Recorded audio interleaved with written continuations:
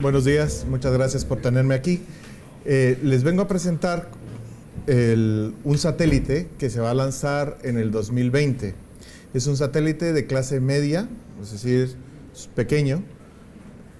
Básicamente es el presupuesto que tenemos. El satélite es muy grande, el presupuesto es pequeño. Este satélite, es Euclid. Hereda del nombre del matemático griego que definió básicamente se les recuerda por la geometría plana, ¿verdad? Hizo muchas contribuciones, pero se le escogió por la geometría plana, porque el universo cumple con esa geometría. El universo es plano, digamos. Cuando nos referimos a plano es que tiene esa geometría. ¿Eso qué significa? Que conserva las distancias angulares, ¿no? Si nosotros, el típico chiste, ¿no? De que si uno es, la pregunta era, si tú caminas 90 grados al este, luego giras 90 grados hacia el norte y luego vuelves a girar 90 grados al oeste y llegas al mismo punto, ¿de qué color es el oso? ¿Verdad? Y la respuesta es blanca porque estás en el polo norte, porque los ángulos dejan de funcionar. Porque si nosotros hacemos 90, 90, 90 en el plano, lo que hacemos es hacer una U cuadrada. Pero cuando no se cumple Euclid, se cierra el triángulo, ¿verdad? Eso es el chiste. Entonces, eso ocurre cuando notamos la esfericidad. Eso significa que las distancias, los ángulos no se conservan. En Euclid, en el universo, creemos que los ángulos se conservan. Es decir, si nosotros vimos y viajamos en el tiempo observando lo más antiguo que podemos ver, que es el fondo cósmico de microondas, y vemos cómo la materia estaba condensada, o sea, se estaba agrupando a diferentes escalas, esa misma escala se ha proyectado hasta la fecha. Entonces, el ángulo es el mismo. De hecho, el ángulo es un grado. Entonces, la estructura, lo explicaré con más detalle luego, la estructura se estaba acumulando a una escala de un grado. Y lo observamos ahora también. Ese ángulo es de un grado, no hay distorsión angular. Entonces, vivimos en un universo plano. Entonces, Euclid, como decía, es una misión de clase M. Se lanzará a finales del 2020, lo que significa que será en el 2021. ¿No? Pero bueno, 2020 es el plan. Últimamente las misiones astronómicas se lanzan a un punto que se llama Lagrangiano 2. Lagrange, cuando estaba tratando de resolver el problema de los tres cuerpos, que básicamente es un problema caótico que no se puede resolver, empezó, y no tenía computadora, empezó a hacer una simplificación, ¿verdad? La simplificación es, tengo al Sol, a la Tierra, y luego algo muy pequeño, algo cuya masa es despreciable. Entonces, ese es el caso que tenemos nosotros con un satélite. El Sol, la Tierra y la masa de un satélite no es comparable con los otros dos objetos. Entonces, él descubrió que hay 5 puntos donde la gravedad se equilibra, más o menos. Se llaman L1, L2, 3, 4 y 5. Se lo pensó mucho. Entonces, el L1 y el L2 forman una línea, bueno, L3 también.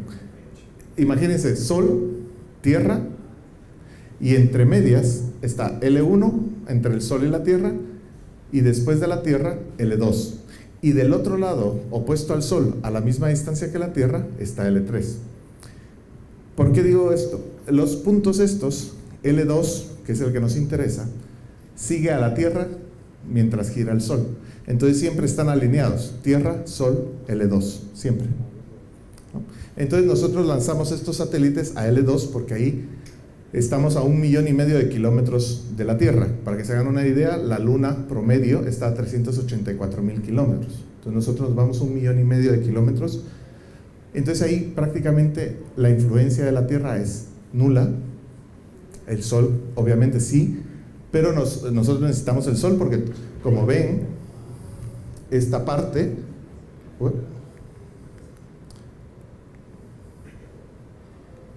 de aquí son los paneles solares, que son lo que dan material. Entonces, como ven, los paneles solares como que ocultan al telescopio, que es este que está aquí, porque lo están protegiendo de la radiación solar. Entonces funcionan como escudo y como sistema de generación de potencia. Entonces ahí todo está muy calmado. ¿verdad? Entonces este se va a L2. El telescopio consiste, el tamaño para que se hagan una idea, estos son 4.5 metros de largo por 3 punto algo de ancho, 3.5. El telescopio tiene una apertura de 1.2 metros aquí. Hubble, para que se hagan una idea, es 0.8 metros. Este es 1.2 metros. Aquí abajo tenemos la distancia focal, son como de 25 metros. Aquí tenemos la parte de electrónica y tenemos un espectrómetro que también hace fotometría y una cámara de óptica en el visible con varios filtros. Entonces cubrimos un espectro más o menos de entre 900 nanómetros y 1.5 y 1500 nanómetros, ¿no? Entonces, ¿qué buscamos con este satélite? Este satélite se diseñó como una misión cosmológica para tratar de entender la famosa energía oscura y materia oscura. ¿Bien? Entonces, esto es esta misión. ¿Por qué se las cuento? Porque es una misión que estamos preparando todavía, estamos construyendo ya parte de la instrumentación ya está lista, estamos construyendo el telescopio y, como les dije, se lanzaba en el 2020, a finales del 2020. Sus datos, tardamos como 3 meses en llegar a L2, hacemos un periodo de como 6 meses para hacer pruebas y calibración. Entonces empezamos a observar por ahí de finales del 2021, principios del 2022. Observamos y empezamos a sacar datos. ¿Okay? Lo que va a hacer este telescopio es observar el cielo y hacer un barrido. Lo que se llama stare and point. Se va moviendo, point and stare sería el término correcto. Se fija en un punto y observa durante una cantidad de tiempo. Luego se mueve y vuelve a observar. Y vamos a cubrir 15.000 grados cuadrados del cielo. No es todo el cielo, pero es que como tenemos a la galaxia delante, a nuestra Vía Láctea, eso nos reduce el espacio útil, digamos así, que podemos observar. Entonces, para evitar problemas y como cosmológicamente la teoría que estamos tratando de demostrar, la técnica observacional, nos permite hacer 2 cosas: 15.000 grados cuadrados a una profundidad adecuada, y luego profundizamos en una parte más pequeña mucho, o sea, hacemos una observación mucho más larga en el tiempo. Las observaciones se acumulan, digamos, como nosotros estamos observando fotones, lo que hacemos con una cámara, un CCD, como podrían ser las cámaras de hace unos tiempos, lo que hacen es acumular fotones, ¿no? Y producen una cantidad de electricidad. Si nosotros mantenemos esa cámara observando al mismo tiempo y reducimos ustedes están acostumbrados a oír lo que significa la razón entre señal y ruido, ¿verdad? El SNR. El SNR, si nosotros aumentamos la señal, reducimos el ruido y se reduce a razón de 1 sobre raíz cuadrada del tiempo. Entonces lo que nosotros hacemos es observaciones. En este caso no es tiempo, sino que número de observaciones. Entonces vamos sumando esa integración de la CCD varias veces y vamos reduciendo el ruido y aumentando la señal. Entonces quiere decir que profundizamos. Cuando reducimos el ruido, entonces señales que estaban ocultas entre el ruido empiezan a aparecer, ¿verdad? Eso se entiende como hacer un promedio, ¿verdad? Ustedes tienen una señal ruidosa y empiezan a promediar esa señal varias veces. La escuchan y promedian. Entonces, lo que aparece siempre en la misma posición se suma, y lo que es aleatorio, como el ruido, disminuye. Entonces, esa es la idea. Entonces, vamos a profundizar en un campo del cielo y vamos a cubrir el resto a otra profundidad. Luego les explicaré la razón de esto. Entonces, lo que buscamos es hacer un mapa de la estructura a gran escala del universo. ¿Esto qué significa? Vamos a observar en el tiempo cómo está distribuida la masa que podemos ver, la masa lumínica. Por eso el telescopio es muy sencillo. Quiero decir, no usa técnicas súper complicadas. Es un telescopio visible con un espectrógrafo fotométrico. Es decir, estamos observando en una banda como las que usan los telescopios aquí en la Tierra. Entonces, ¿por qué? Porque lo que queremos hacer es un mapa de lo observable. Sabemos que la materia oscura interacciona únicamente gravitacionalmente con la materia lumínica y que hay 5 veces más materia oscura que materia lumínica. Entonces, realmente si vemos la materia lumínica, cómo se distribuye en el universo, estamos viendo también cómo está distribuida la materia oscura. Podemos inferirla, ¿no? Y al ver ese cúmulo, les comentaba que la materia se empezó a agrupar en el origen del universo a una escala angular. Si ahora observamos las galaxias y vemos cómo se acumulan esas galaxias, podemos determinar su escala angular de acumulación. Y entonces podemos ver a qué ángulo corresponde. Como sabemos que el universo es plano, pero a ver,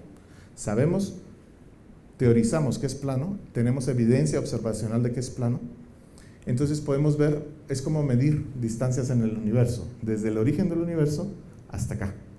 Entonces podemos viajar en el tiempo e ir diciendo cómo ha evolucionado ese clustering de galaxias. Y así podemos ver la influencia que ha tenido la energía oscura, que es la que hace que el universo se expanda aceleradamente. Podemos ver su influencia a lo largo del tiempo. Bien. Entonces, este telescopio ha sido diseñado para eso. ¿Por qué vengo aquí? ¿Y por qué les cuento de este telescopio que ni siquiera está funcionando? Es porque es una advertencia para todos ustedes. Los datos de este telescopio estarán disponibles por ahí del 2022-2023. Son datos abiertos, posibles. Cualquiera puede entrar al archivo de la ESA y bajarse los datos. De hecho, ahora mismo podrían entrar y bajarse los datos de Planck, que fue una misión cosmológica para observar el fondo cósmico de microondas, y tienen ahí terabytes de datos. Pueden entrar y bajarse 1.000 millones de espectros de estrellas de la misión Gaia, ¿okay? Y de muchas misiones más. Lo único que necesitan es una computadora, registrarse gratuitamente en una página web y bajarse todo lo que quieran, ¿no? Entonces, yo lo advertí, yo trabajé en Planck desde 1996 hasta el 2013. Eso es lo que tarda una misión astronómica, toda una vida. Entonces, cada vez que venía a Guatemala hablaba de Planck. Ya, qué aburrido, Planck, por los datos. Hasta la fecha creo que nadie de Guatemala se ha bajado los datos de Planck. Entonces ahora dije, bueno, no está la misión, cuando que estén listos y se la bajan. Entonces, es una advertencia, como les decía. Si alguien está interesado en hacer astrofísica de primer nivel en Guatemala, ya no hay excusas. Porque que Guatemala construya un telescopio como este es imposible, porque ningún país en el mundo solo puede construir este telescopio. Bueno, Estados Unidos sí, pero Estados Unidos son 50 países juntos. Europa lo hace con contribución de todos los países, y de hecho digo que no es posible que ningún país solo lo haga, porque Estados Unidos colabora con nosotros, tiene una pequeña porción para poder usar los datos de Planck, de Euclid. Entonces, ni siquiera ellos pudieron hacerlo solo. Entonces, es un consorcio enorme de ingenieros y científicos. Por ahora creo que van más de 1.500 personas trabajando en el desarrollo de este satélite para que esos datos sean públicos, ¿no? Entonces, ustedes lo único que tienen que hacer es sentarse y esperar. Prepararse para entender lo que es el problema que va a tratar de resolver, y cuando salgan los datos, resolverlos. ¿Y por qué es esto? Porque todo esto se hace con dinero público. Esto es una inversión de la sociedad, y entonces los dueños de los datos es la sociedad. No son los científicos, no es nadie, es la sociedad. Entonces, por eso son públicos. Bien.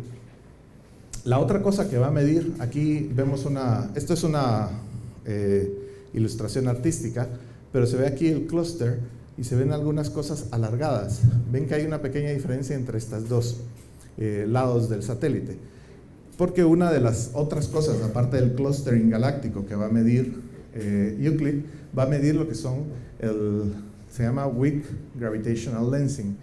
Y he estado criticando a todos mis compañeros porque se les sale el inglés más que el español, pero que como no encuentro una traducción adecuada al español, creo que había una enfoque gravitacional o lentícula gravitacional, no suenan bien.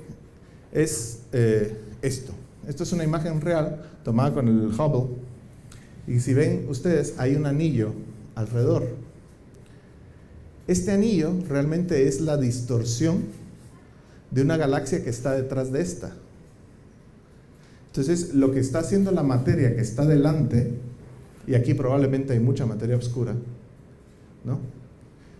Es que la galaxia que está por detrás, que no se ve, la materia que está delante actúa como si fuera un lente y distorsiona la imagen. Entonces tiene dos efectos: convergencia y shear. Esa es otra palabra, esa sí tiene traducción en mecánica. Rompimiento, shear, ¿no? Eso lo que hace es, ¿cómo se dice? Hilachas la luz, ¿verdad? Entonces lo que está haciendo es que la galaxia la distorsiona y la estira, ¿verdad? Está haciendo hilachas de la galaxia. Esto no tiene la forma de una galaxia, pero cuando la analizamos espectralmente, nosotros vemos que este objeto es el mismo. Podemos medir su distancia y sabemos que está por detrás de esto. Y entonces, la materia que no vemos aquí, que hay materia oscura, causa este efecto, ¿no? Es bastante complicado porque realmente la distribución de la materia oscura no es circular, no es esférica. Entonces no tenemos un lente regular, pero sí tenemos un lente, y entonces podemos reconstruir este shear cosmológico, esta hilacha cosmológica. Voy a acuñar ese término. Estas hilachas cosmológicas de la galaxia las podemos reconstruir y podemos ver la historia de materia que hay, la cantidad de materia oscura que hay ahí. Entonces, de esta forma, con esas dos medidas, lo que se llaman las oscilaciones acústicas bariónicas y el Weak Gravitational Lensing, podemos reconstruir la distribución a gran escala de la estructura del universo. ¿Okay? Entonces, como sé que la mayoría son ingenieros, ¿no? O casi todos son ingenieros, voy a hablar de otro tema que involucra mucho a Euclid. Cuando uno diseña un instrumento y cuando va desarrollando una teoría, lo fundamental que hay que hacer antes, ¿qué es? ¿Alguien puede pensar en qué es?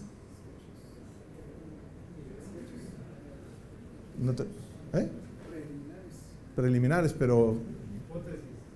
Sí, pero más, más de trabajo. ¿Qué hay que hacer para entender si mi instrumento funciona? Probar. ¿Cómo pruebo? Simulando. Simulaciones. Yo sé que aquí la Galileo tiene mucha fama y se la ha ganado a pulso de que la informática es muy buena. Todos los guatemaltecos siempre veo ahí que ganan premios de concursos de informática.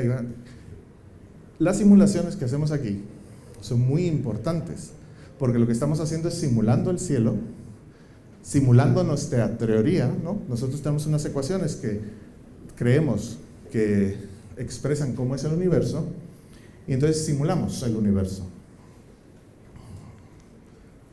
Esta es una simulación, el 21 o 22 de julio se sacó la nueva, pero yo ya no la recibí ya estando aquí, ya no modifiqué la presentación. Pero esta es una simulación de lo que creemos que es el universo. Entonces, este es el universo. Imagínense que esto que está aquí en el centro es la Vía Láctea. Entonces nosotros estaremos aquí en el brazo de Sagitario, en el brazo de Sagitario, por aquí hacia las afueras, y entonces esto es como una reconstrucción de alguien que ve el universo desde fuera. Entonces nosotros estaríamos viéndolo desde aquí hacia afuera, y esta es la estructura a gran escala. Estas cosas que se van viendo aquí son los agrupamientos de galaxias, los galaxy clustering, ¿okay? Entonces, eso es lo que vemos aquí, todos estos. Entonces, esto es un universo simulado. Son, no recuerdo, creo que eran 41 por 10 a la 7, 41 por 10 a la 9 galaxias, ¿no? 41.000 millones de galaxias simuladas. Y esto responde a unas ecuaciones que vamos a ver. Entonces, la mejor forma, porque cuando yo empecé a trabajar en Planck, me dedicaba a esas simulaciones. Y entonces simulábamos el universo. Era más sencillo que esto, porque numéricamente era menos complicado. Ahora tenemos, para hacer esta simulación, hay que usar Mare Nostrum 2, que es un supercentro de computación en Barcelona, en España, que tiene no sé cuántos nodos de IBM y, o sea, no se puede correr en el PC. Entonces, esto sí que es una simulación complicada, pero se pueden hacer trozos de esta simulación, bloquecitos de unos cuantos megaparsecs y hacer la simulación para aprender cómo se hace. Entonces, nosotros cuando hicimos Planck, simulábamos el universo y simulábamos cómo observaba Planck ese universo. Y entonces reconstruíamos, o sea, procesábamos los datos como si fueran datos reales y luego los comparábamos con el universo que habíamos metido. Esa es la gracia de la simulación, ¿verdad? Yo le meto un input, hago un output y comparo ese output con el input original y veo si funciona, si lo puede reconstruir o no. Bien, entonces vamos un poco a la charla. Intentaré hablar un poco sobre las simulaciones porque sé que por ahí les puede interesar. Y como les digo, el objetivo de esta misión, de esta charla, perdón, es hablar de este satélite Euclid para prepararlos. Por si alguien tiene interés, se puede preparar. Yo ofrezco, y se lo ofrezco a la Universidad de Galileo, desarrollamos un curso así compacto, son 12, 3, son 15, 17 presentaciones técnicas que hacen un resumen de lo que es Euclid, de lo que hace, del instrumento Euclid y de las simulaciones y el análisis de datos de Euclid. Entonces, yo lo podría dar o podría tratar de que algún colega lo diera, porque no es para que salgan doctores en astrofísica, pero sí para tener comprensión de lo que se está hablando, porque obviamente para simular algo hay que entenderlo. Entonces, es la suficiente información para entender el satélite, para entender lo que se va a observar, para que se puedan hacer simulaciones, pruebas o preparar software de análisis de datos. ¿Okay? Entonces, o si alguien quiere, yo le puedo pasar las PowerPoints.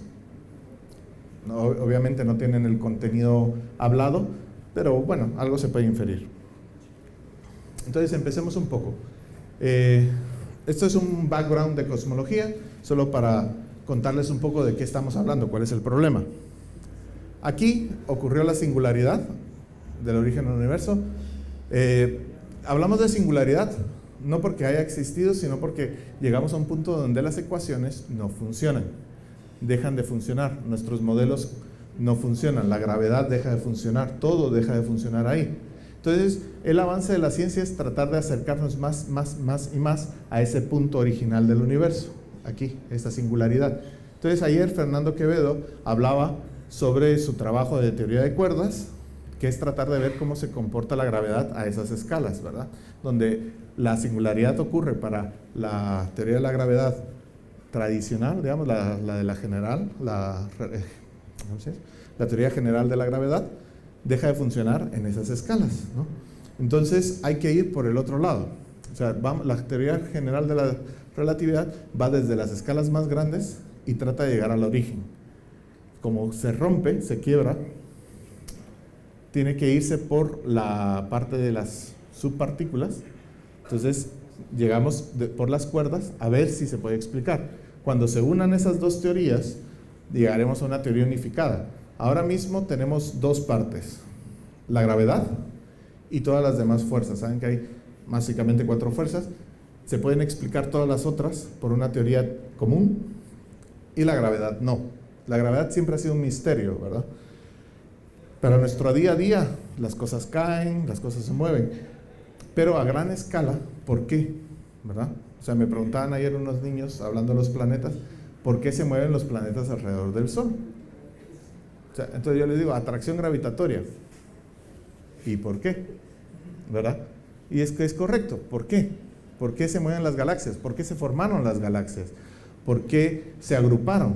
¿Por qué no están todas separadas uniformemente en el universo? ¿Por qué hay estructura? Todas esas preguntas son las que nos tenemos que contestar. Más o menos, ¿cómo vemos el universo? ¿Qué es lo que apreciamos? ¿De qué está hecho? Si es finito o infinito. ¿Qué edad tiene?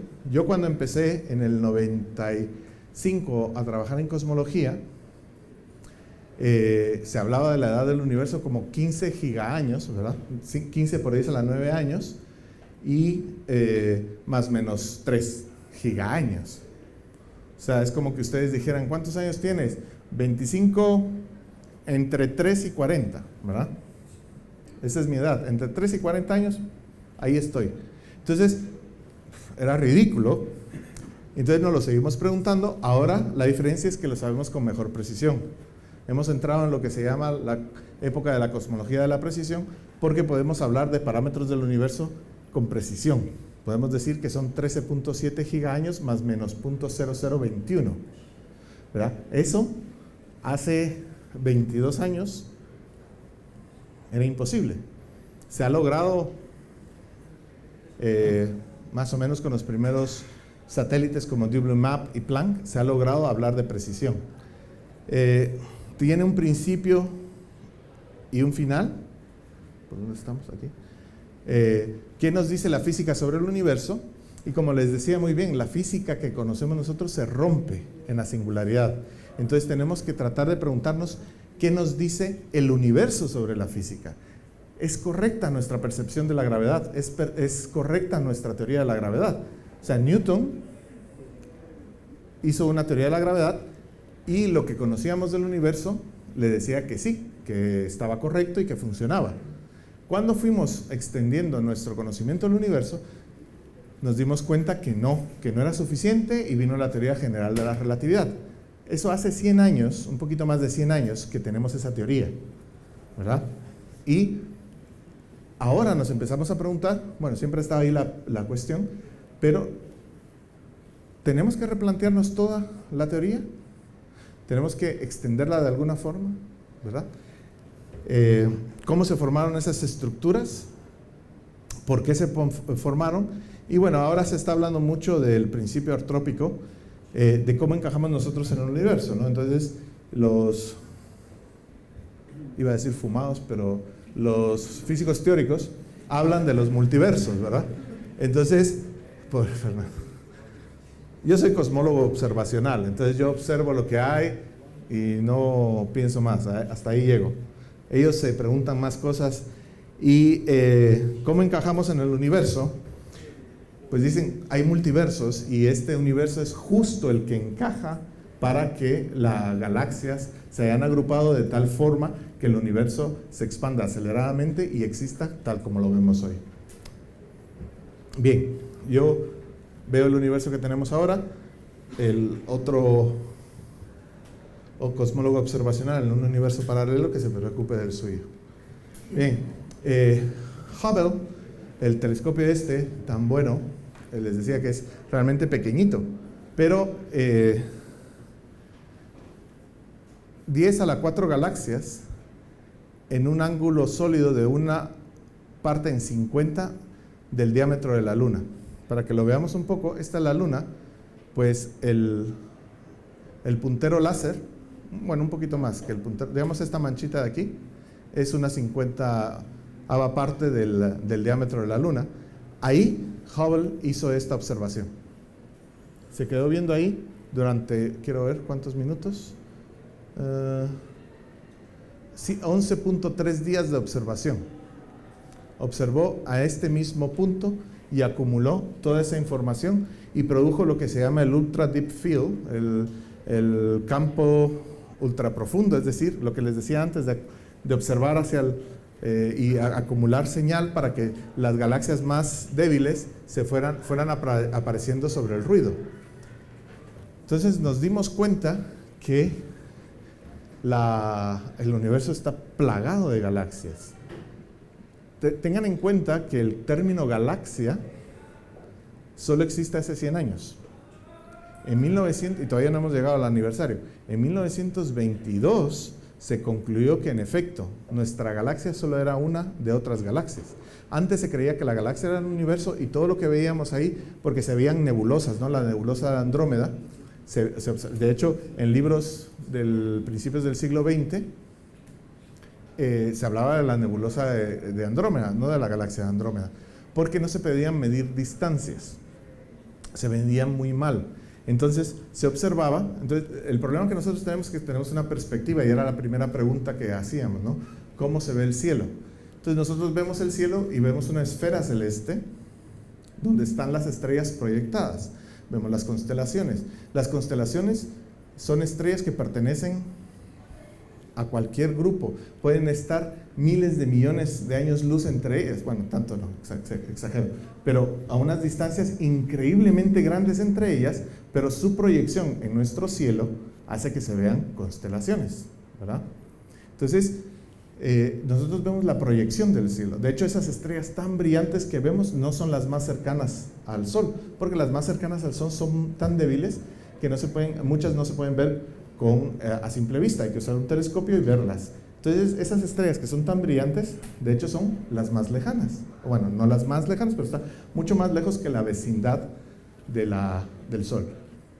Entonces, cuando se medía la distancia a la galaxia de Andrómeda, o a la nebulosa de Andrómeda, se trataba de medir la distancia, el tamaño de la Vía Láctea, y entonces algunos observaban que la nebulosa estaba dentro, y otros observaban que no, que era más grande, que la distancia hacia Andrómeda era más grande que la distancia el diámetro de nuestra Vía Láctea. Fue Edwin Hubble y una señora Levitz. Ella determinó una propiedad de unas estrellas para medir distancias, y Hubble la aplicó, y entonces determinó que Andrómeda era otra galaxia. Y así llegamos al Ultra Deep Field. Entonces nos vemos que aquí hay 10.000 galaxias en un trocito de cielo súper pequeño, ¿verdad? Entonces, el buscar esto, el darnos cuenta que nuestro universo es mucho más grande, nos hace preguntar más cosas. Entonces sabemos que las galaxias, cuando se trata de estructura a gran escala, son los bloques de construcción, ¿verdad? Entonces aquí decía el término de galaxia. Entonces, ¿cómo se distribuyen en el cielo? Hemos visto, hay filamentos, hay agrupaciones. Estos son solo ejemplos de cómo podemos ver. Al final es una combinación de todo esto, ¿no?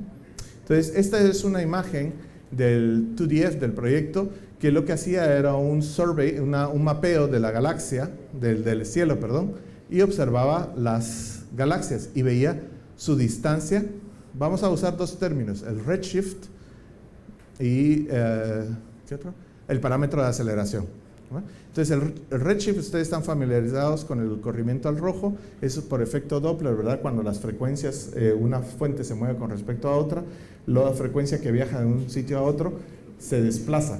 Entonces, si algo está muy lejos, se desplaza hacia el rojo, si algo se acerca, se desplaza al azul. Entonces, el término de redshift, cosmológicamente, tiene algo que ver con eso, pero estamos hablando de escalas muy grandes. Entonces, es una forma de medir, ¿verdad? Entonces, como el universo se va acelerando, el redshift tiene una nueva definición y es básicamente una distancia, ¿verdad? Entonces, el redshift se observó. Estos son la posición en el cielo, lo que podemos observar. El resto estaría ocupado por nuestra galaxia, ¿verdad? Aquí. Y entonces, dicen que se parece a una esponja, ¿verdad? Y bueno, sí, va, okay. Pero lo que importante es que hay estructura a gran escala. Tenemos aquí la gran muralla, superclusters de galaxias, y entonces tenemos una visión de esa estructura a gran escala. Ahora, ¿cómo? Uno menos. ¿Cómo esta estructura se formó? Es una gran cuestión, ¿verdad? Entonces, nosotros basamos todas nuestras teorías en principios, ¿no? En lo que creemos nosotros entender de cómo fue la creación del universo. Y entonces el primero es que lo que se llama el principio cosmológico es que la distribución a gran escala de la estructura del universo es isotrópica. Quiere decir que no hay ninguna dirección privilegiada. O sea, si vemos para allá, vamos a ver la misma estructura que si vemos para allá, que si vemos para allá. Es isotrópico. Entonces, eso pensamos, ¿qué quiere decir? Que la Tierra no está en ninguna posición privilegiada en el cielo, en el universo. Si lo vemos desde aquí o lo vemos desde cualquier sitio, vamos a ver lo mismo. Entonces, lo que pasa es que como ven aquí, más o menos es isotrópico, ¿verdad? Entonces hay que ir a escalas mucho más grandes para ver que en efecto es una distribución más o menos uniforme. Entonces, hablábamos de las distancias en el universo, entonces empezamos a ver que hay que medir las distancias de otra forma. La teoría general de la relatividad nos indicó que no estábamos viviendo en un espacio tridimensional, sino que teníamos 3 dimensiones temporales y una espacial, perdón, lo dije al revés, una temporal y 3 espaciales. Entonces, teníamos que definir una forma de medir distancias aquí, y es esta, ¿verdad? Es la métrica de Robertson-Walker. Ahora, ¿se metieron otros dos ahí? No. Freeman, Lemaitre, Robertson-Walker, ¿verdad? Entonces, esta ecuación tenemos 2 partes. La parte de la métrica temporal y la parte de la métrica espacial. Entonces, aquí estos términos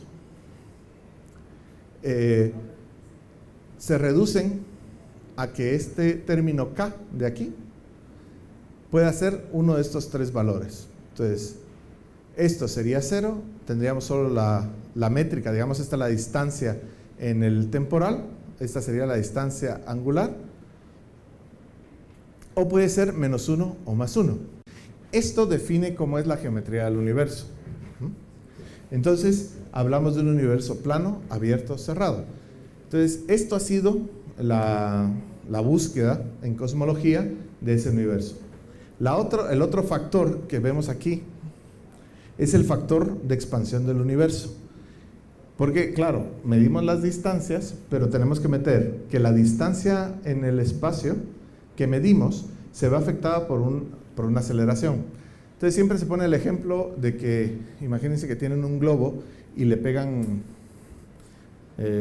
calcomanías de galaxias encima y empiezan a inflar, ¿verdad? Entonces el universo el espacio-tiempo es lo que está entre las galaxias. Es una cosa un poco, bueno, es solo para darnos una idea. Entonces, yo mido la distancia entre esas 2 galaxias, pero tengo que tener en cuenta que cuando la mido, esas se están moviendo. Entonces tengo que meter un parámetro que me indique que la distancia que estoy metiendo depende del tiempo también, que no es solo, digamos, yo mido la distancia y calculo que hay 1, 2, 3, 4, 5, 6, 7, 8 cuadrados que miden 30 centímetros cada cuadrado, entonces más o menos hay 2,40 metros hasta aquí. En lo que yo tardé de hacer ese cálculo, el universo se ha expandido. Entonces yo tengo que meter un factor que me diga, sí, cuando tú lo viste, o sea, cuando yo te estoy viendo, que tú estás a no sé cuántos millones de años luz, tu luz ha tardado ese tiempo en llegar a mí, esa distancia que estoy midiendo ahora, realmente no es esa distancia, sino que el universo se ha acelerado, se ha expandido aceleradamente, y entonces esa distancia ahora es más grande, ¿verdad? Porque el universo, el espacio entre nosotros ha crecido. Entonces, es ese factor, el factor de aceleración, de expansión. Entonces, tengo que decirle, ok, yo veo una galaxia y está a tantos años luz, eso significa que ha tardado ese tiempo la luz en viajar hasta mí. Entonces, en ese tiempo, ¿cuánto se ha expandido el universo? Entonces, la distancia que yo mido, que con la luz de ese tiempo, es distinta a la de ahora, ¿verdad? Entonces, imagínense que va un carro, ustedes ven las luces de atrás, el carro y ustedes miden esa distancia en ese tiempo, ¿verdad? Y el carro apaga las luces y ya no lo ven.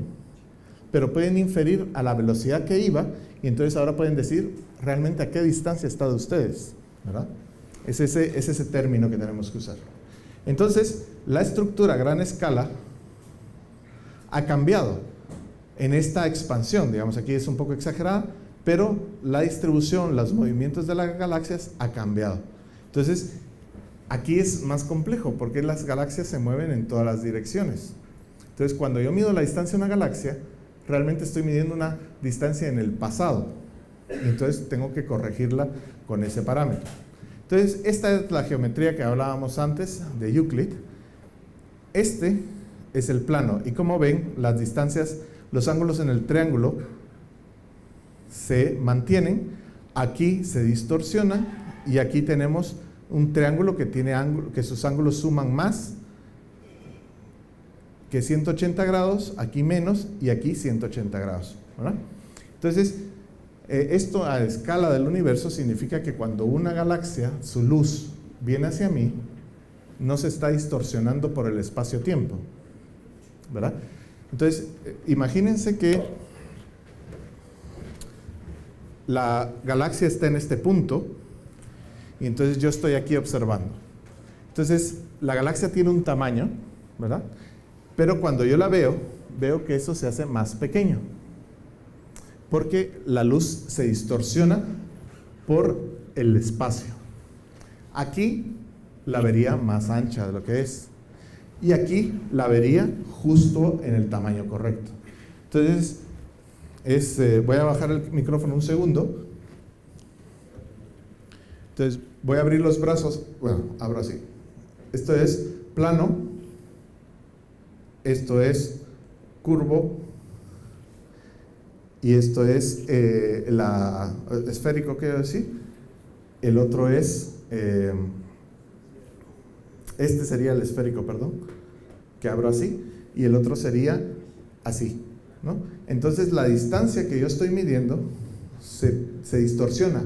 La luz que viene hacia mí y se hace más ancha o se hace más angosta. Entonces tenemos que determinar eso, ¿verdad? Si realmente las distancias que estoy viendo en el universo son correctas, las distancias angulares, o tienen un efecto. Ese es el otro parámetro que vemos aquí. Este parámetro nos dice si el universo, dependiendo de la geometría del universo, altera las distancias que estoy midiendo. Bien. Entonces, este es el cuento del globo. Esto es lo del redshift. Y entonces lo que hemos definido es que 1 más z, que es el redshift, que es la distancia, es el parámetro de aceleración actual con el tiempo, ¿cómo se dice? El parámetro de expansión, no de aceleración, expansión, perdón, en el tiempo actual y en el tiempo de emisión de la luz. Entonces, cuando yo medí esa galaxia, el universo se estaba expandiendo con este parámetro. Cuando la estoy midiendo yo, el universo se está expandiendo a esta razón. Entonces, 1 más z, esta distancia me dice la razón, ¿no? Que es el tamaño, digamos, la expansión del universo en el presente con respecto al pasado. Entonces, es una forma de corregir la distancia debido a la expansión del universo. Entonces, hablamos del corrimiento en el rojo, es distinto al corrimiento en rojo de frecuencia que habíamos hablado, pero solo prestamos el término, ¿verdad? Aquí es en longitudes de onda, y esto nos sirve para ver el espectro de una galaxia, vemos cómo es, pero a distancias más cortitas. Cuando se empieza a meter el factor, tenemos que tener en cuenta que esta longitud de onda, cuando se emitió, el universo se expandió. Entonces, digamos, la longitud de onda la ven de un punto al mismo punto de la onda, ¿verdad? Cuando hace así la onda, ustedes miden la longitud de onda. Pero imagínense que la regla con que las que están midiendo se va expandiendo, ¿verdad? Entonces, ese es el factor que tenemos que corregir. Entonces, los telescopios son máquinas del tiempo que nos permiten observar hasta dónde está la luz. Esto no. Entonces, el problema es que cuando estamos hablando de esto, la forma que medimos viaja con nosotros, ¿verdad? Entonces, es lo que se llama co-moving distances, porque viajan con nosotros, se mueven con nosotros.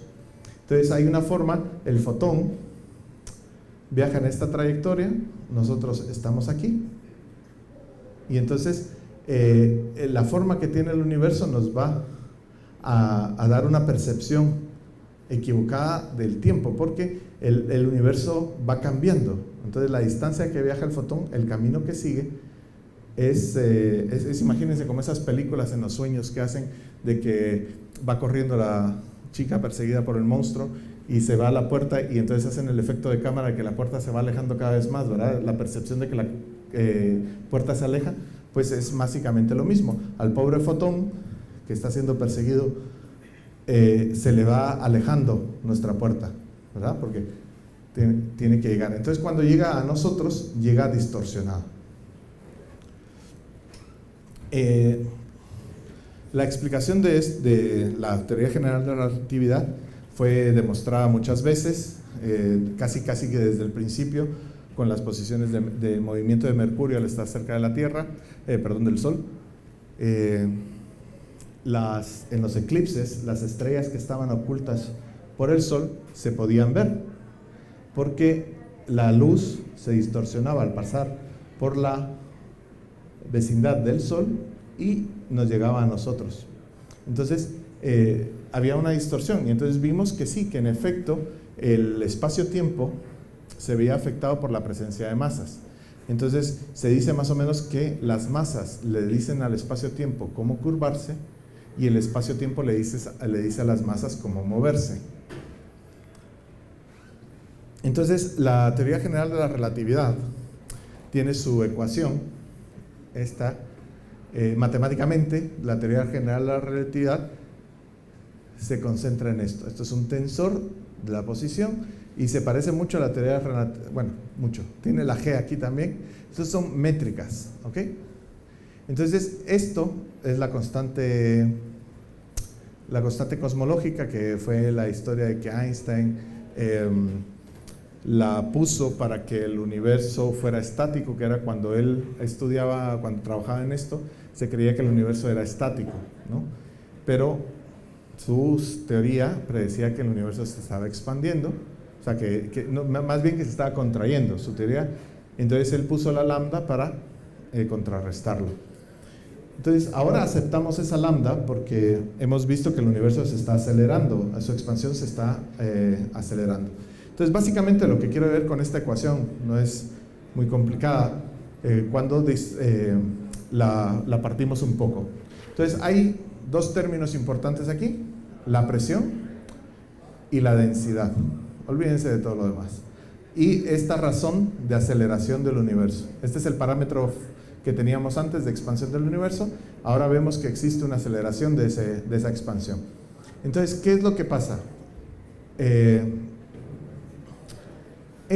La densidad es la cantidad de materia que hay en el universo, y la P es esa expansión que existe, ¿no? Esa fuerza que impulsa a la materia a separarse. Entonces, la han dicho a veces como gravedad negativa, ¿verdad? No es gravedad negativa, sino que es la fuerza del universo que se expande. Entonces, cuando el universo se creó, no sabemos cómo, en el Big Bang no es una explosión, sino que es como el universo se desenvolvió, ¿verdad?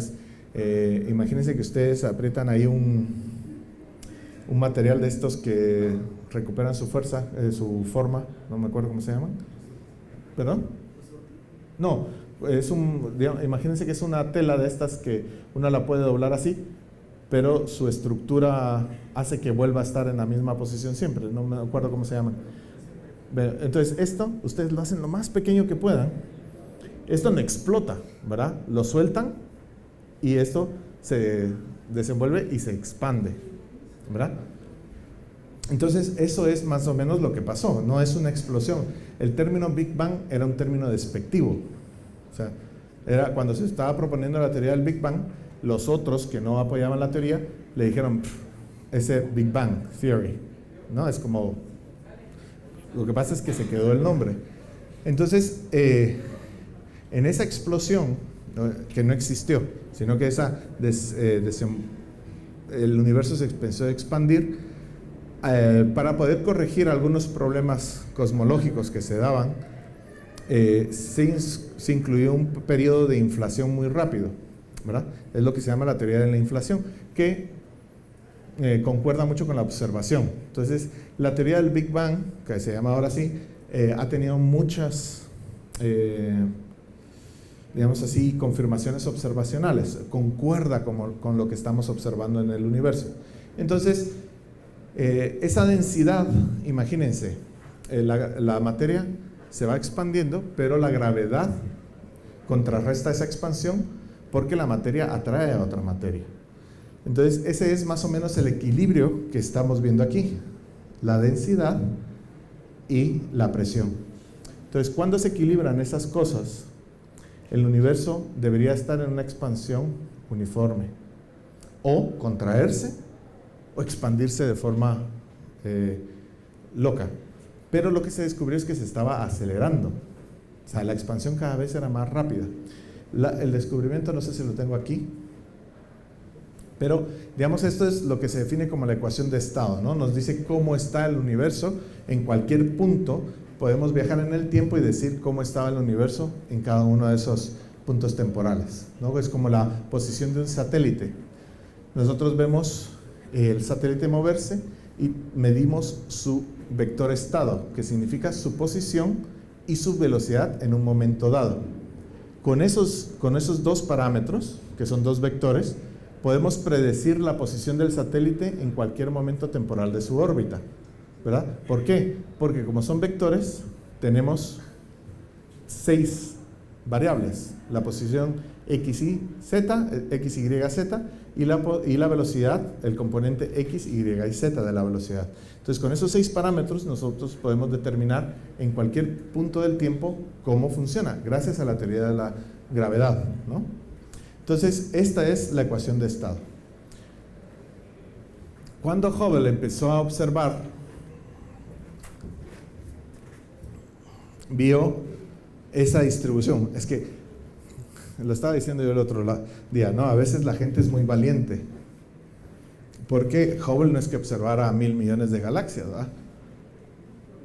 Ahí están las que observó.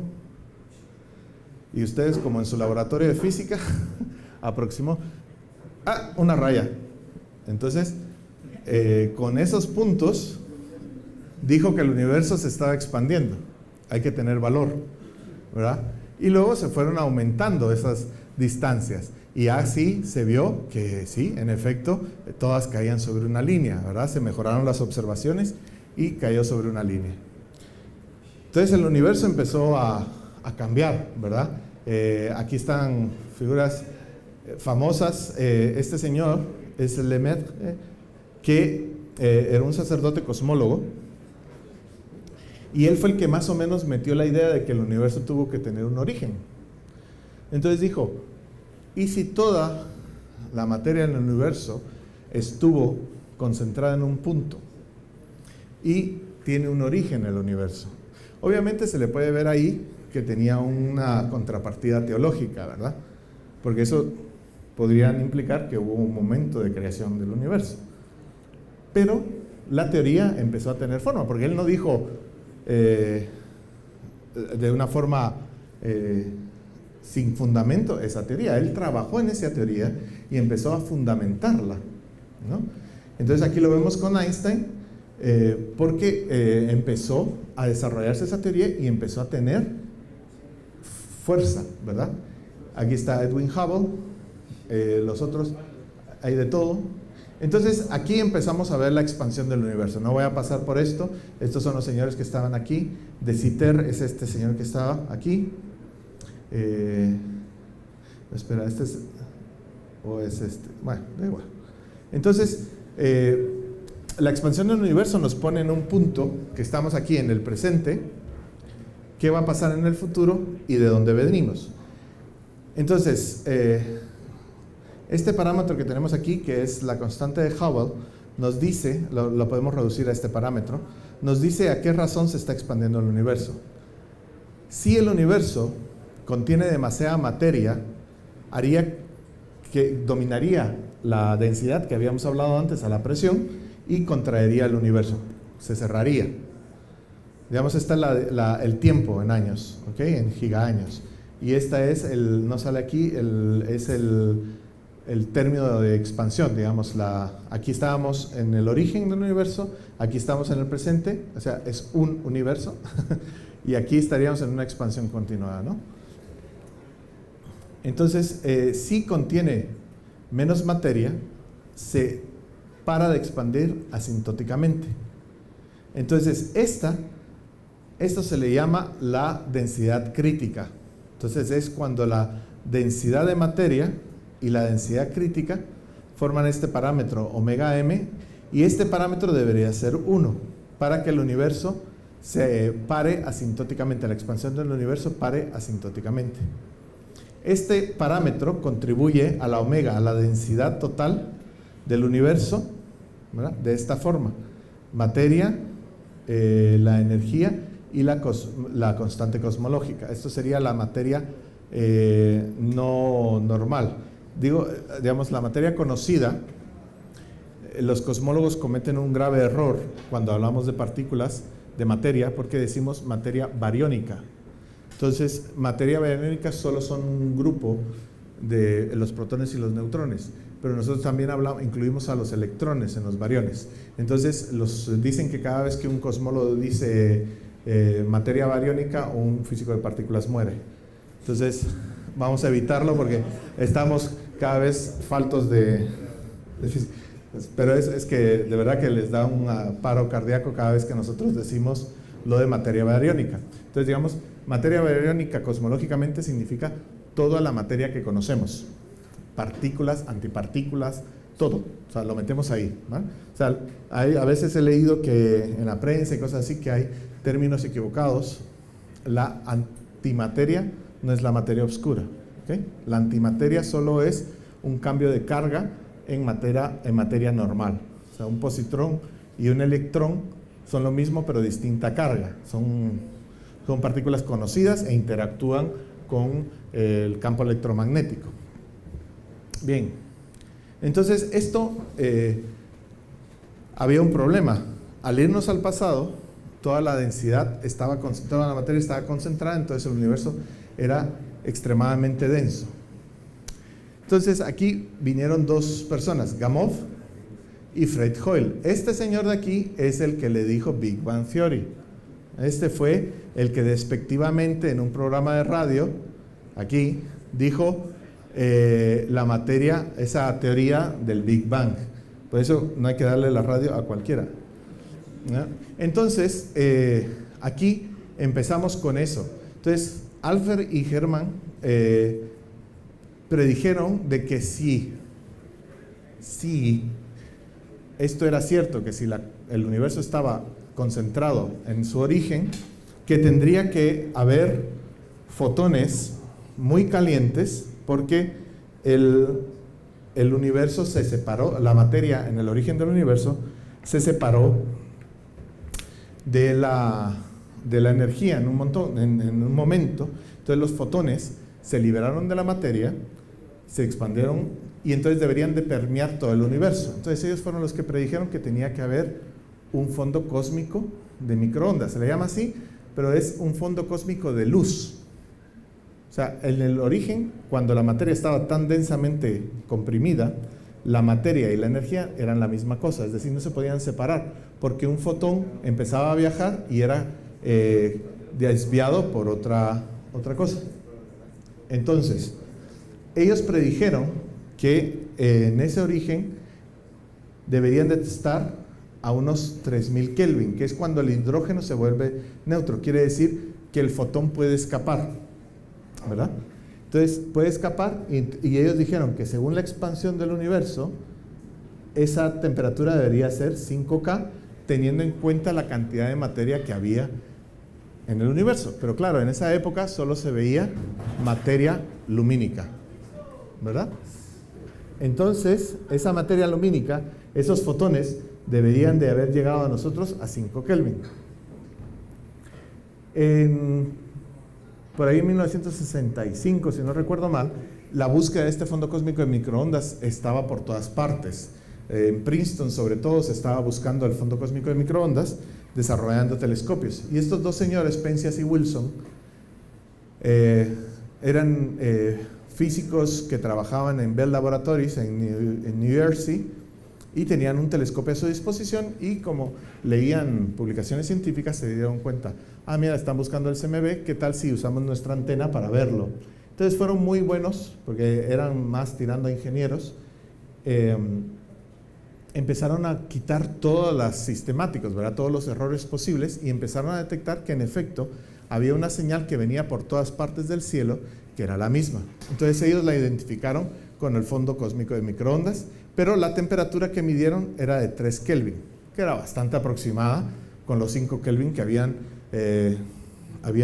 predicho alfa, beta y gamma.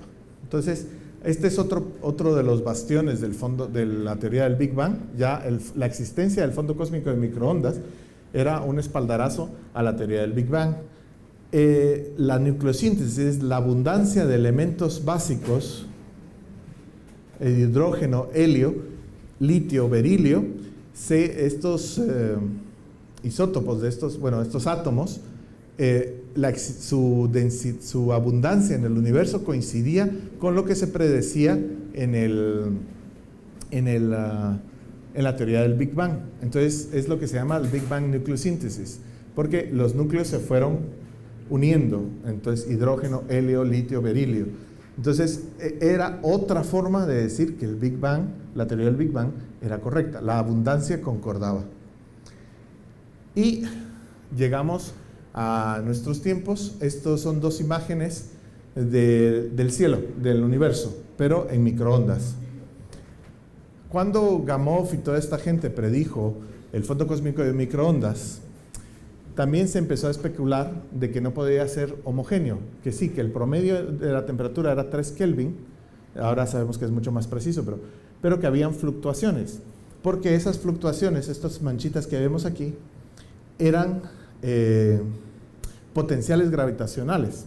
Es decir, imagínense que un fotón viaja aquí y aquí hay un poquito de materia que va juntándose, ¿verdad? Entonces crean un potencial gravitatorio y gráficamente sería que el fotón cae dentro de ese pozo gravitatorio y sale. Entonces tiene un corrimiento en frecuencia.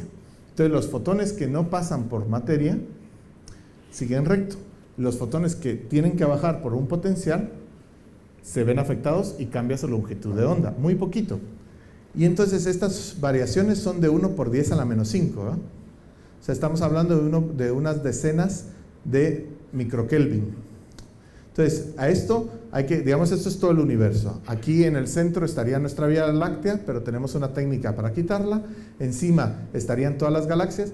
Y entonces esto se le dio por llamarle la foto de bebé del universo, porque es más o menos 400.000 años, 380.000 años, los fotones se separaron de los átomos.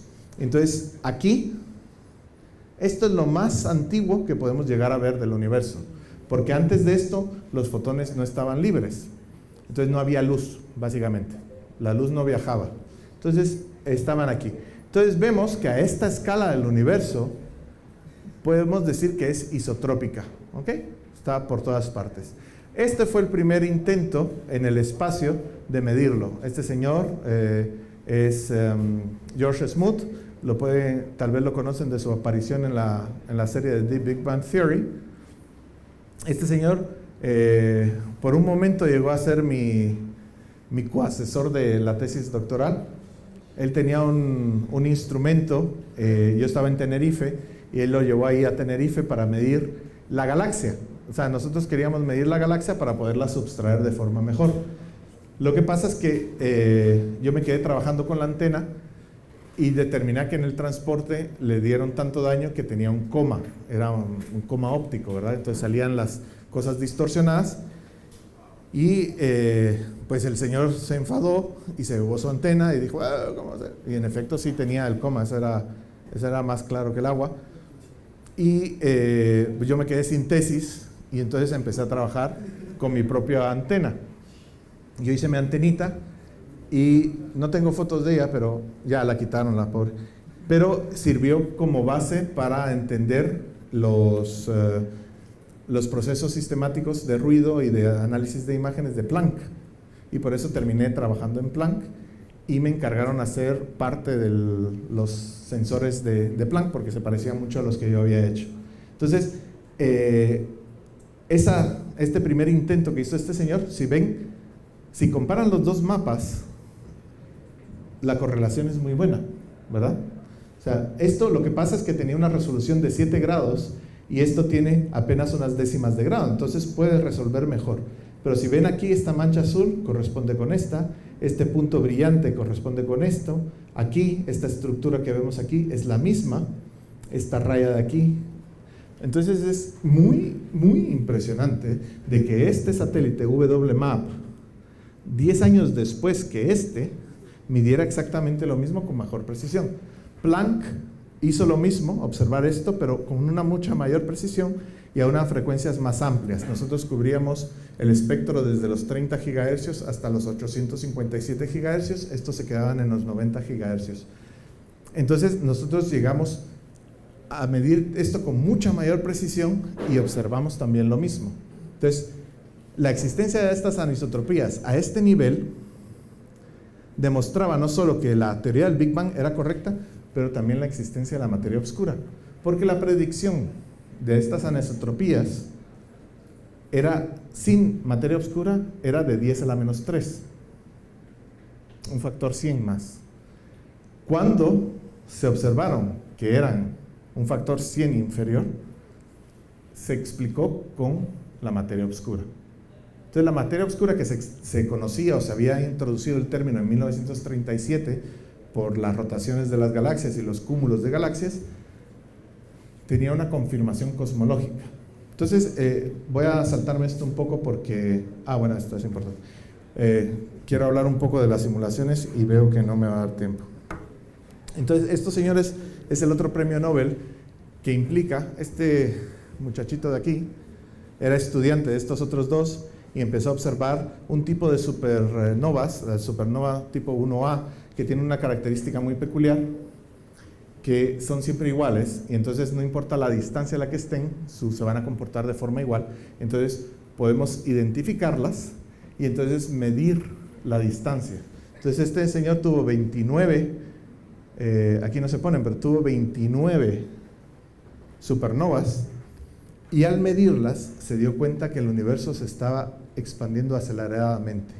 Estos tres señores fueron los que observaron evidencia de que el universo no solo se expandía, sino que lo hacía aceleradamente. Entonces, otra vez, como Hubble, con pocos puntos, cambió la percepción del universo. Entonces, ¿qué pasa? No todas las teorías coinciden perfectamente. Aquí, esta es, digamos, la intersección de todas las cosas, ¿verdad? De todas las formas de experimentar. Entonces vemos que si el universo es plano, el CMB coincide con esta teoría. La supernova, aunque tiene mucho error porque son poquísimos puntos, también coincide. Los clústeres de galaxias coinciden. Estos son WMAP y Planck.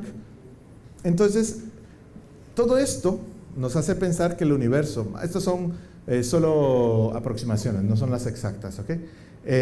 Un 75%, de hecho es alrededor del 76%, es materia, es energía oscura.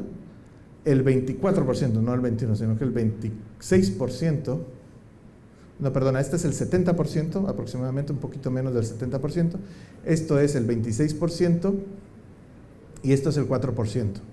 Esto rojo de aquí es la materia que nosotros conocemos. ¿Nos arriesgamos? Materia bariónica. A ver si cuántos se mueren. No, entonces esta es la materia conocida, la materia que nosotros conocemos, de la que estamos hechos, es ese 4% del universo. El resto es materia oscura y el resto es energía oscura.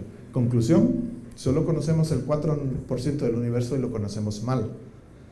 Tenemos un 96% del universo que no entendemos, que no conocemos, que no tenemos candidatos para saber qué son.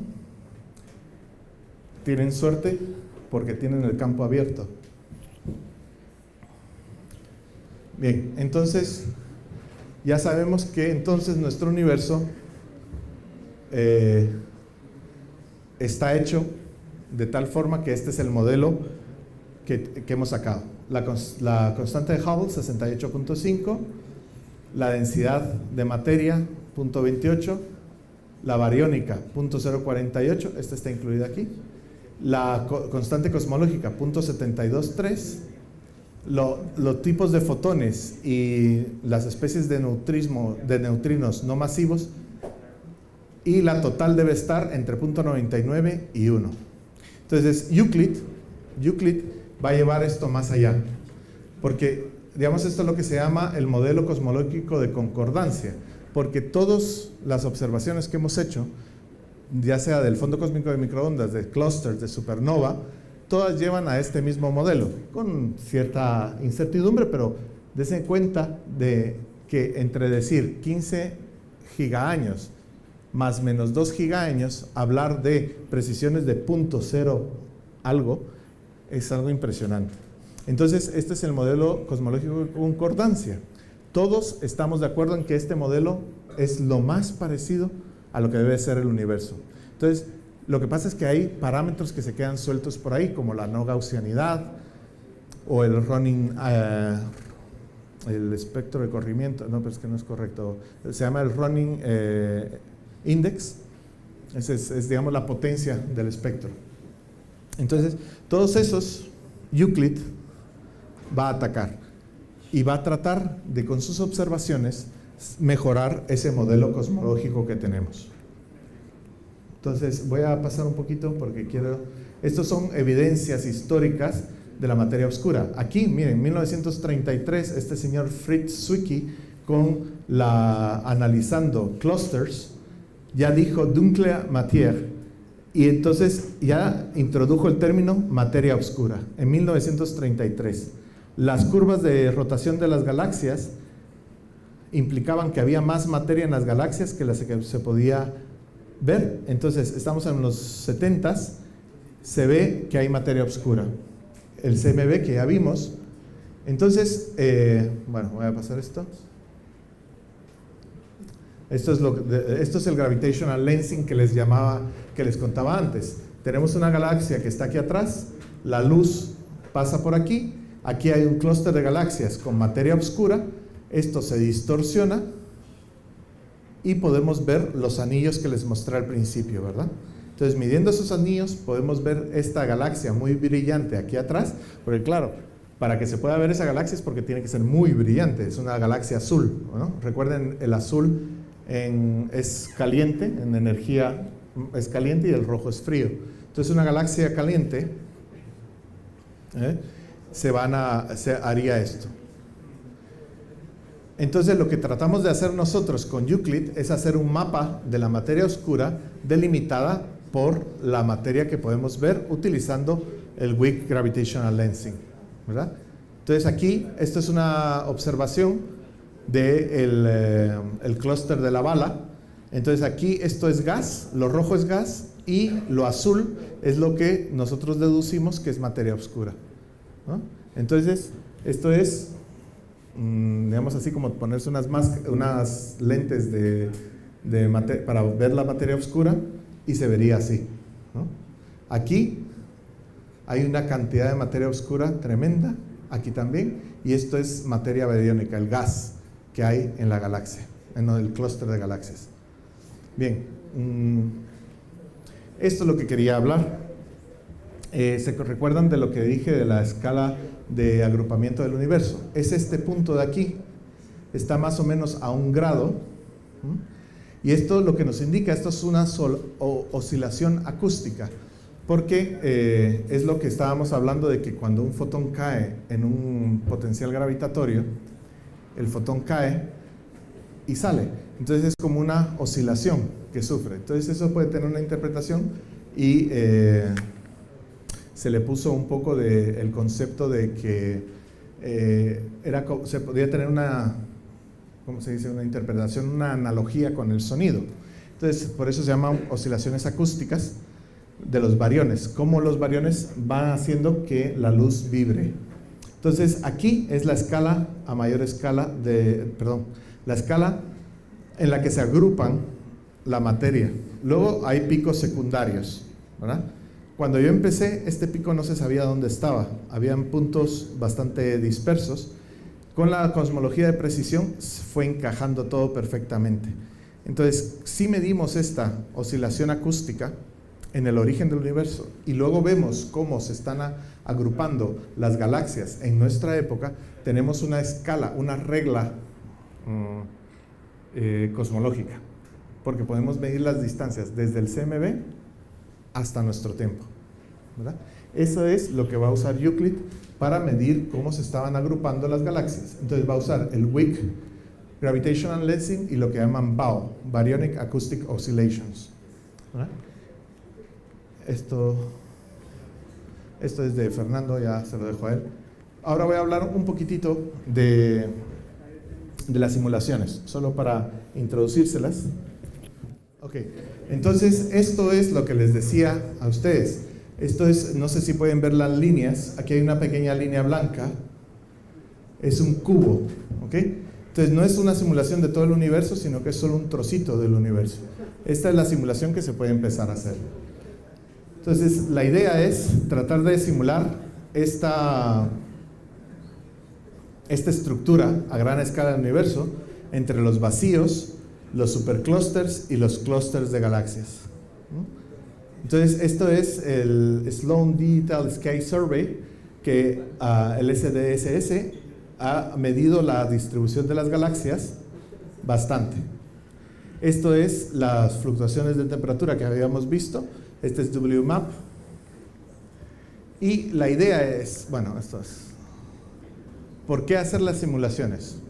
Entonces, básicamente, entender la dinámica de sistemas complejos, revisar la validez de las aproximaciones que estamos utilizando, por ejemplo, la teoría de perturbaciones cosmológicas, los BAOs que habíamos dicho, y generar observaciones ficticias de las galaxias, o sea, generar un catálogo ficticio o simulado de galaxias.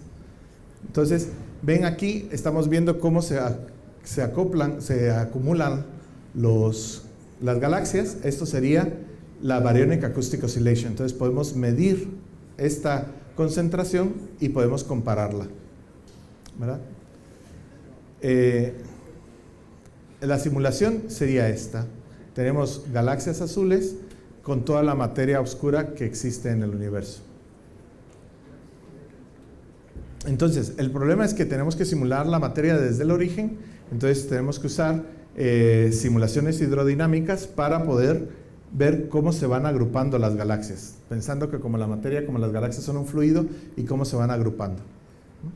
Esto sería la contribución de materia oscura para formar los distintos universos, ¿no? Entonces, dependiendo de la cantidad de materia oscura que le introduzcamos, obtendríamos esta distribución de las galaxias. Esta es una simulación con el Mare Nostrum que les decía, de galaxias. Esta es una imagen obtenida a partir de una simulación. Entonces, las ecuaciones se las voy a demostrar. Estas son las ecuaciones que tenemos que simular en el sistema dinámico, ¿no? Entonces, no son muy complejas, son potenciales y laplacianos, o sea, no es de nada del otro mundo que no se puedan poner. De hecho, estas son ecuaciones básicamente de fluidos. Entonces, simular estos sistemas puede ser la clave para entender poco a poco la dinámica de estas galaxias, y es lo que hacemos para entender si las observaciones que hacemos con Euclid realmente van a dar los resultados que esperamos. Bien, creo que ya no hay mucho tiempo, ¿verdad? ¿5 minutos o nada? 3 minutos para preguntas, si tienen alguna así rapidito. ¿Sí? ¿Cómo? ¿Cómo se calculó, se aproximó la constante?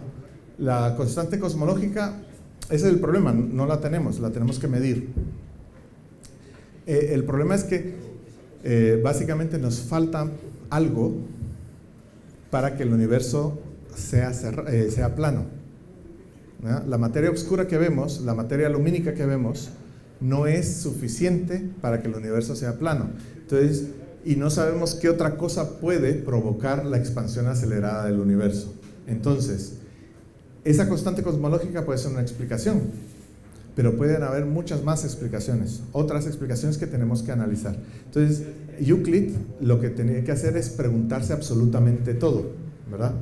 Euclid tiene que preguntarse si la gravedad es correcta, si la densidad crítica, ahora le llamamos W, que es la razón de densidad y presión del universo, es realmente 1.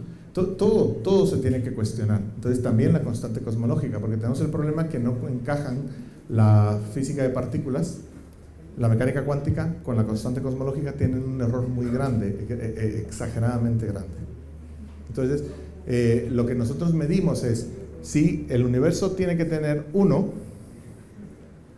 medimos la materia oscura, la materia bariónica, la sumamos y restamos 1 menos eso, y eso tiene que ser la constante cosmológica. Es una interpretación. ¿Otra pregunta?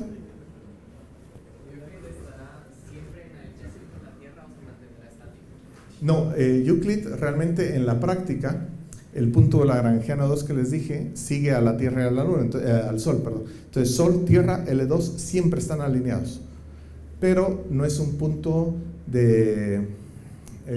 estable, es un punto semiestable. Entonces Euclid tiene que girar alrededor de ese punto. Entonces sigue una órbita de Lissanius alrededor. Entonces todo el tiempo está girando alrededor de ese punto. Entonces Euclid se mueve alrededor del punto L2 y el punto L2 va girando con la Tierra a lo largo del año. Entonces en un año cubre todo el cielo. Usted estaba hablando de cómo se expandió el universo desde la singularidad y tenía la pregunta de que si el universo está expandiendo aceleradamente, pero se está desacelerando, porque en el sentido de que cuando está comprimido hay una aceleración, cuando se expande, o sea, cuando se abre la presión, ahí es más acelerado que cuando está más extendido. Sí, pero ahí esa es una teoría, la teoría de la inflación. El problema es que si nosotros vemos el universo en cualquier sentido, parece el mismo. Y la información no puede viajar a más de la velocidad de la luz. Esa es una de las limitaciones del universo. Entonces, para que esta parte del universo sea igual a esa, tuvo que haber un intercambio de información. Quiere decir que en un momento tuvieron que estar más juntos de lo que están ahora. Pero un fotón, según la edad del universo, el fotón solo pudo haber viajado la edad del universo, ¿verdad? Ese es el tiempo que ha tenido. Entonces, no ha llegado, no tiene tiempo de llegar de un extremo del universo al otro. Entonces quiere decir que en algún momento estuvieron mucho más juntos de lo que lo vemos ahora, incluso reconstruyendo la expansión. Entonces se introdujo el término de inflación. En esa expansión, ahí hubo una inflación casi instantánea del universo. A partir de ahí, el universo siguió expandiendo y ahí es donde se empieza a acelerar la expansión del universo. Sí que la expansión que ocurrió durante la inflación es mucho más grande de la que vemos ahora. Pero hay como una frontera, que es la que tenemos también que encontrar, porque los modelos inflacionarios hay muchísimos. Porque, claro, la idea salió así de como, bueno, pues entonces para solucionar el problema necesitamos la inflación. Ahora hay que buscar la teoría que nos dé la inflación. Entonces, teoría de cuerdas, y hay un montón de modelos, de colores, de modelos que nos predicen la inflación. Distintos tipos de inflación que dejan una pequeña huella en el universo. Entonces tenemos que discernir entre los distintos modelos a través de la observación. Pero tienes razón, hubo una expansión y después el universo siguió su camino más tranquilo. ¿Alguna pregunta más y con eso acabamos? ¿No? Pues muchas gracias.